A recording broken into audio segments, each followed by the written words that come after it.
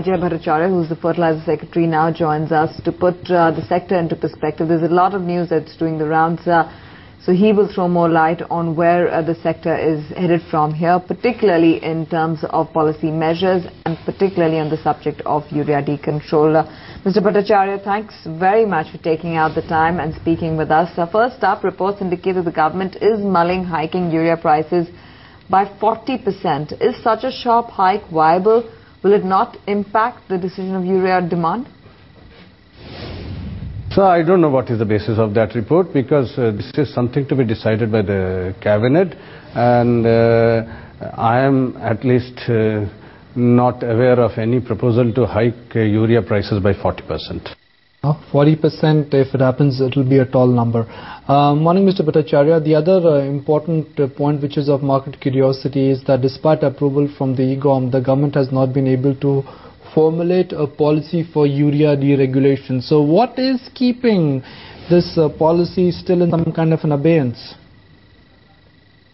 You see, when the decontrol or the nutrient-based subsidy scheme was started, in 2010, it was started with potassic and phosphatic fertilizers, and the idea was to see the experience and then decide about urea decontrol. Well, you see, for a plethora of reasons, last year the prices of potassic and phosphatic fertilizers have gone up substantially. So a holistic view on this urea decontrol thing has to be taken, because urea is by far the most important fertilizer used by farmers, and it is amongst other things the intention of the government after all, in the subsidy scheme, to see that fertilizers are made available at affordable prices. So the question of urea decontrol has to be viewed in this context. So by when can we expect some amount of policy action on urea decontrol that is? See,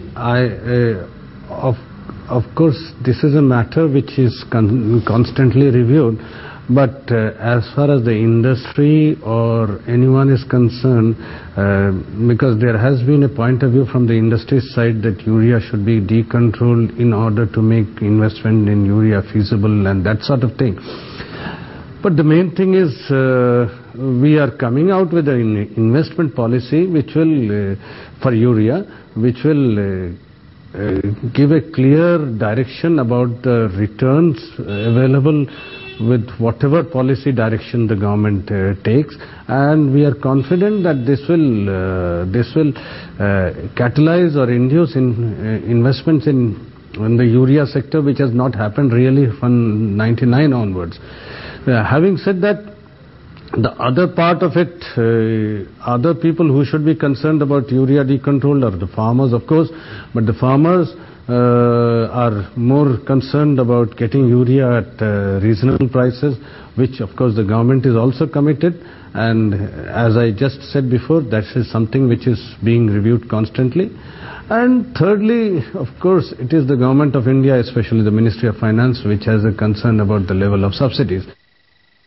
Right, so Mr. Bhattacharya, by when can we expect Government of India to introduce a new urea policy, and also what kind of capacity expansion is the government expecting post the policy introduction?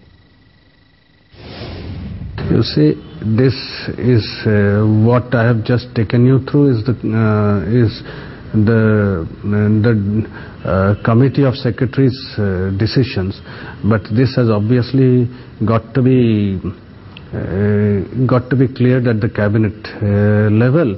So it will take a normal time. I think within a few months it should be through, and so we'll have, I think government should be in a position to announce this within a few months.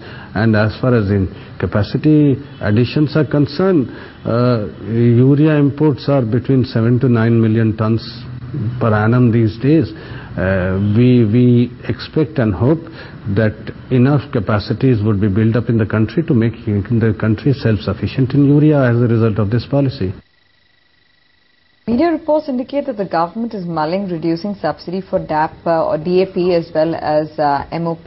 Will this not lead to companies increasing retail prices, further resulting in demand reduction? As last year, demand was impacted due to fertilizer price hikes. See, you are saying that it is subsidies being cut. I did not say that. And ultimately, the government's perspective is to see that adequate fertilizers are made available at affordable prices. Now, of course, last year, due to this unfortunate situation of steep hike in international prices, the MRPs had gone up, and you are right in saying that this resulted in reduced demand. And we should take all that into consideration and to see that demand destruction, as if I can use that term, does not take place. But again, I believe the whole thing is to an extent hopefully self-correcting, because India's imports form a substantial part of the world market, and I do not think it is in the interest of the international producers to see a reduction in India's demand. So it would be in the best interest, long-term interest at least, of the international producers also to see that the prices are maintained at a reasonable level so that demand is sustained.